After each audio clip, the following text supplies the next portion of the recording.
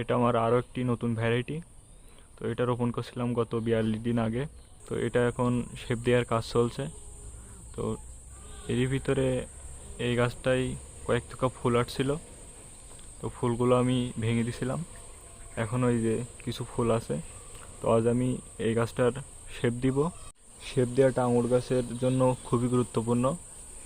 তো আমি এই গাছটার গোড়া থেকে কোনো ব্রাঞ্চ নেইনি। তো এই গাছটার গোড়া থেকে কোনো ব্রাঞ্চ নেওয়া যাবে না। তো যেখান থেকে আমার মাছা শুরু হবে আমি ওইখান থেকে ব্রাঞ্চ নেব। তো আমি এই দিকেও ব্রাঞ্চ নিতে চাচ্ছি না, আমি নিব এইদিকে যে ডালটা যাবে এখান থেকে এই ব্রাঞ্চগুলো নিব।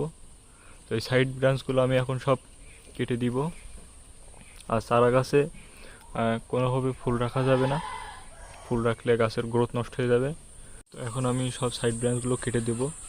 আর আমরা যে অস্ত্র দিয়ে কাটবো সেটা অবশ্যই জীবাণুমুক্ত করে নেব, না হলে এই বর্ষায় গাছের ক্ষতি হবে, ছত্রাক লেগে যাবে। তো অবশ্যই আমরা সুন্দর করে জীবাণুমুক্ত করে নিব। তখন আমি সবকটা ব্রাঞ্চ এভাবে কেটে দিব।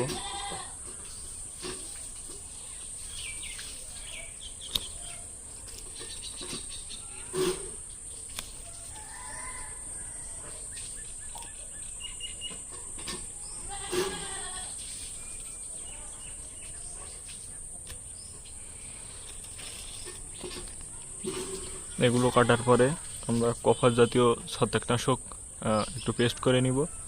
পেস্ট করে নেওয়ার পরে আমরা ব্রাশ অথবা কোনো কিছু দিয়ে এটাকে আমরা সুন্দরভাবে কাটা অংশে লাগিয়ে দেবো এভাবে।